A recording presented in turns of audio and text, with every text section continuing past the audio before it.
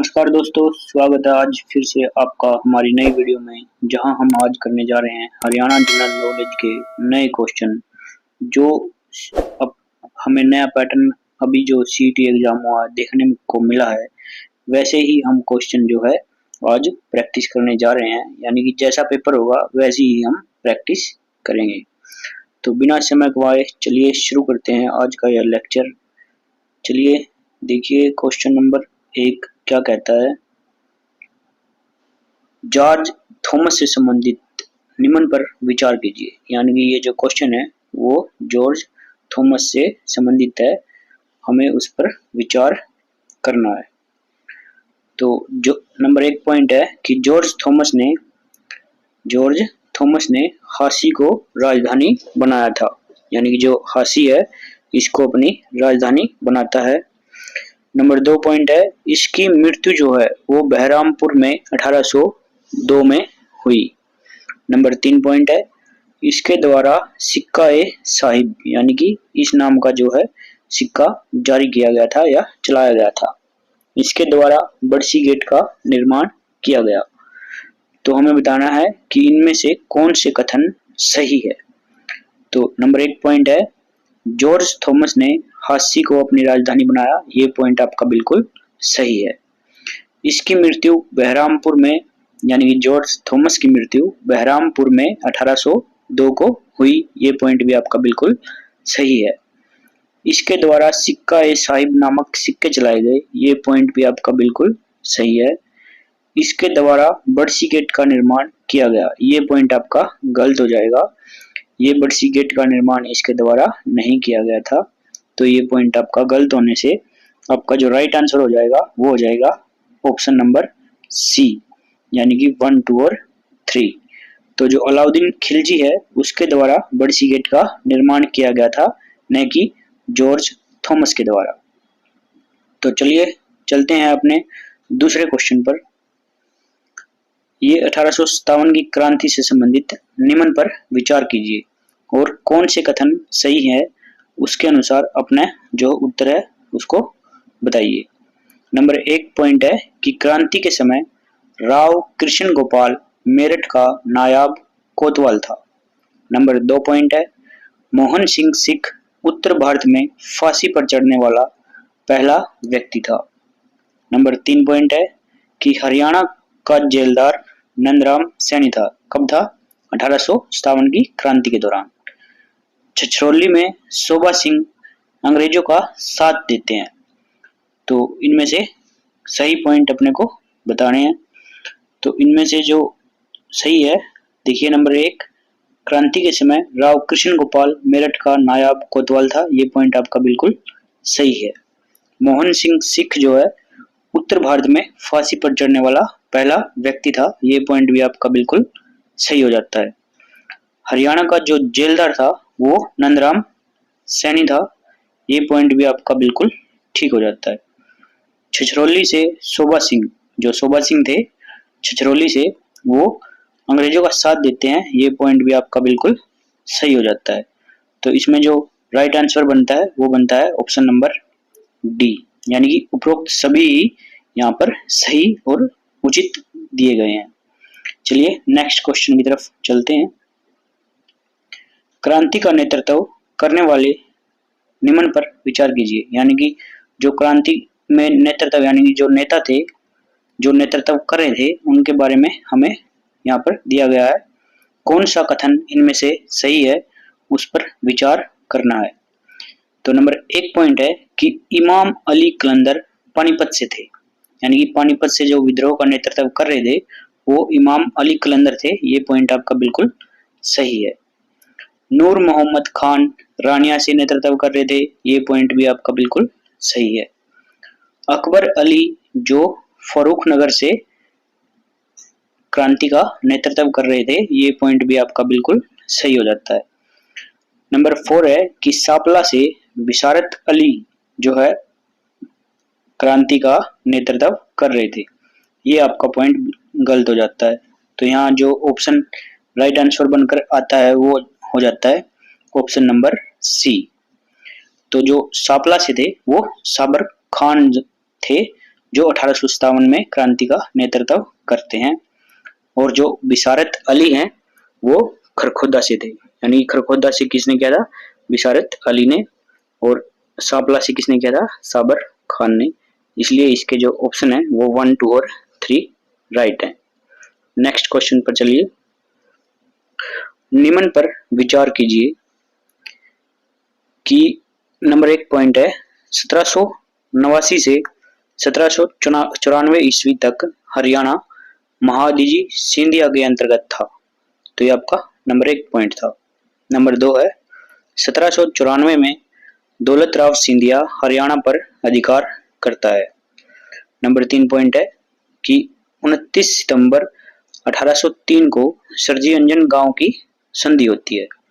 Number 4 point है हरियाणा को Bengal presidency के अंतर्गत रखा जाता है, यानी कि अंग्रेजों के समय हरियाणा को बंगाल प्रेसिडेंसी के अंतर्गत रखा गया था। कौन सा कथन या कौन से कथन सही है? तो देखिए, नंबर 1 आपका बिल्कुल सही है कि 1789 से 1794 के ईस्वी तक हरियाणा जो है महादजी सिंधिया के अंतर्गत था। इनकी मृत्यु के बाद, महादजी सिंधिया की मृत्यु के बाद दौलत राव सिंधिया आते हैं 1794 में और हरियाणा पर अपना अधिकार जताते हैं। तो ये नंबर 2 पॉइंट भी आपका बिल्कुल ठीक है। नंबर 3 देखिए कि 29 सितंबर 1803 को सरजी अंजन गांव की संधि होती है। यह 29 सितंबर न होकर क्या है, 30 सितंबर को होती है। तो इसलिए थर्ड पॉइंट जो आपका वो गलत हो जाता है। नंबर 4 पॉइंट है कि हरियाणा को बंगाल प्रेसिडेंसी के अंतर्गत रखा गया था। ये पॉइंट आपका बिल्कुल सही है।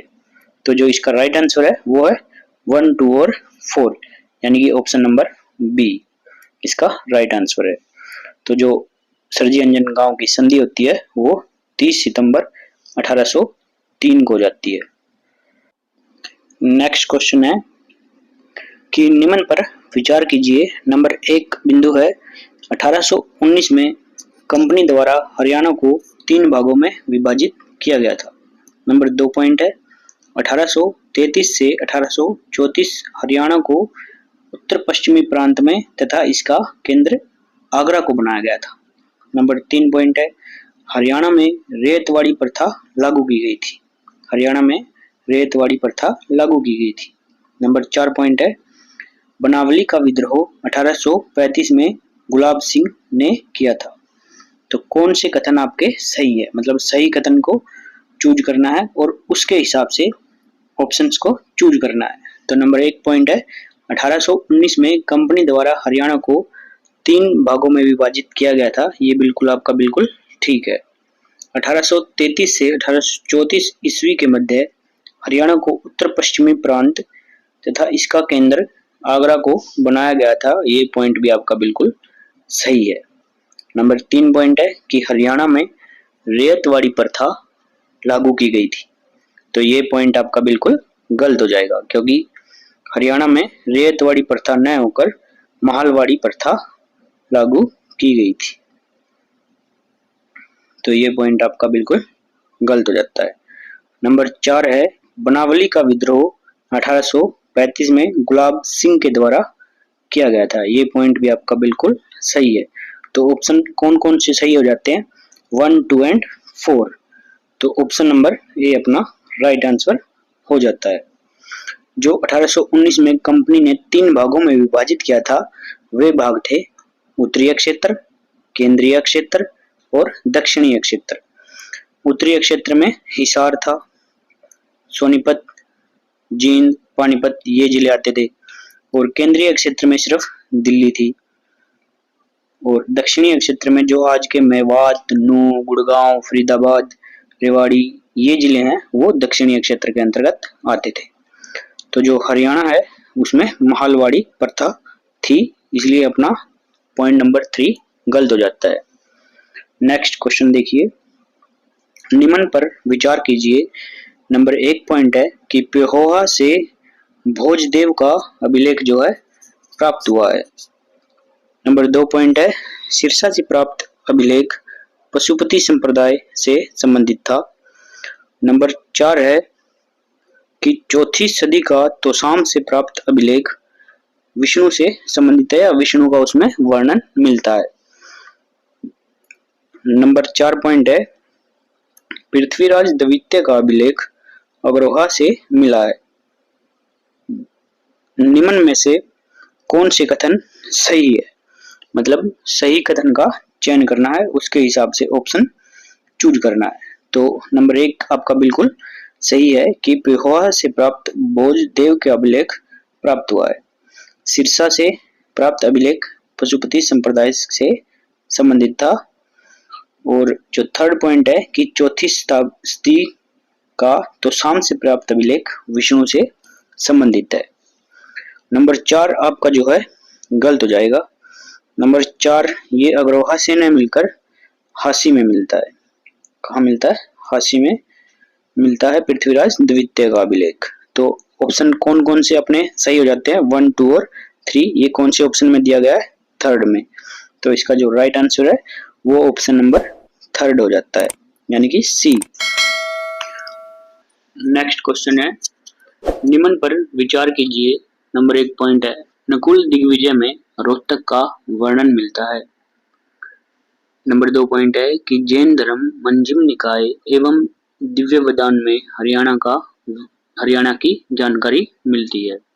नंबर 3 पॉइंट है बौद्ध धर्म भद्रबाहु चरित एवं कथा कोश में हरियाणा का वर्णन मिलता है।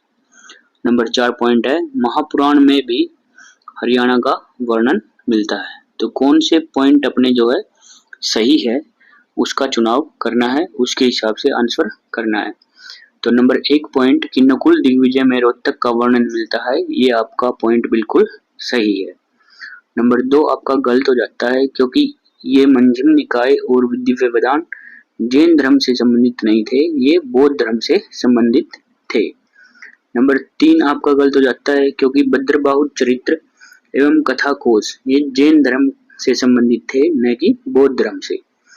और महापुराण में भी हरियाणा का वर्णन मिलता है, ये आपका बिल्कुल राइट है। तो इसका जो राइट आंसर है वो है 1 और 4, यानी कि ऑप्शन नंबर डी इसका राइट आंसर है। यानी कि बौद्ध धर्म में हमें मंजिम निकाय और दिव्यवदान और जैन धर्म में भद्रबाहु चरित्र एवं कथा कोश देखने को मिलता है, जिनमें हमें हरियाणा के बारे में जानकारी प्राप्त होती है। नेक्स्ट क्वेश्चन देखिए, निम्न पर विचार कीजिए। नंबर 1 कुनिंद का प्रशासन अंबाला जिले में था।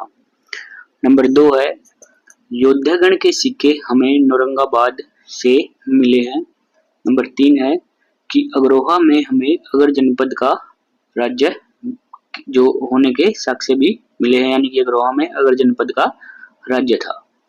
नंबर 4 पॉइंट है कि टोपरा अभिलेख से हमें हरियाणा में मौर्य शासन का पता चलता है। कौन सा कथन सही है? तो देखिए कुनिंद का प्रशासन अंबाला जिले में था, ये आपका बिल्कुल ठीक है।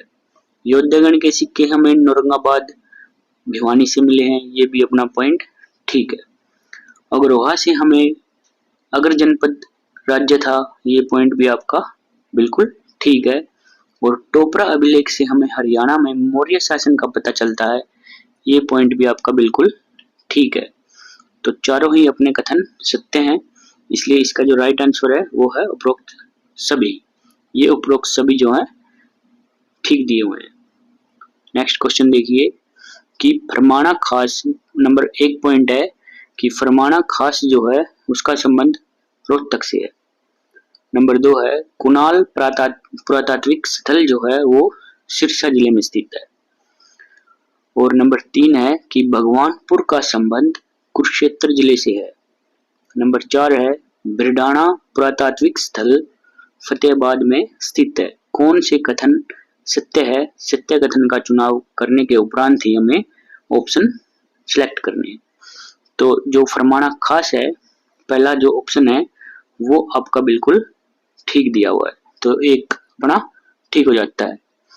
कुणाल पुरातात्विक स्थल जो है वो सिरसा में नहीं होकर फतेहाबाद में है, तो ये कहाँ है? फतेहाबाद में। तो ऑप्शन नंबर जो पॉइंट नंबर 2 है वो गलत हो जाता है। भगवानपुर का संबंध कुरुक्षेत्र जिले से है, ये पॉइंट भी अपना बिल्कुल ठीक है। बिरडाना पुरातात्विक स्थल जो है ये अपना कहाँ है, फतेहाबाद में स्थित है, ये पॉइंट भी आपका बिल्कुल ठीक हो जाता है कि बिरडाना पुरातात्विक स्थल फतेहाबाद में है। तो पॉइंट नंबर 2 गलत होने से अपना जो ऑप्शन है वो 1, 3 and 4th option number C बनकर आता है। तो जो कुणाल पुरातात्विक स्थल है वो फतेहाबाद में स्थित है। तो ये फतेहाबाद में स्थित है। चलिए नेक्स्ट कि निम्न पर विचार कीजिए। मिट्टी की मोहर, ये आएगा मोहर, मिट्टी की जो मोहर है वो हमें दौलतपुर से मिली है, नंबर 1। नंबर 2, रोहतक से हमें कुषाण शैली का द्वार स्तंभ भी मिला है, ठीक है। नंबर 3, समुद्रकालीन सिक्के मिथाथल भिवानी से मिलते हैं, ये भी बिल्कुल ठीक है। नंबर 4 है इंडो ग्रीक सिक्के खोखरा कोट से मिलते हैं, ये पॉइंट भी अपना बिल्कुल ठीक है। नंबर 1 भी बिल्कुल ठीक है। तो सही कथन का चयन करना था, तो यहाँ चारों ही पहले ही सत्य दिए हुए हैं, तो इसका जो राइट आंसर है वो है उपरोक्त सभी। तो दोस्तों ये था हमारा आज का लेक्चर जो बेस्ड था हरियाणा स्टैटिक जीके के ऊपर। अगर आपको यह सेशन अच्छा लगा हो तो अपने दोस्तों के साथ शेयर करें, सब्सक्राइब करें और लाइक करना न भूलें। इसी तरह के अन्य वीडियोज के लिए हमारे चैनल को सब्सक्राइब करें और लेटेस्ट वीडियो की अपडेट के लिए बेल आइकन को प्रेस करें। धन्यवाद।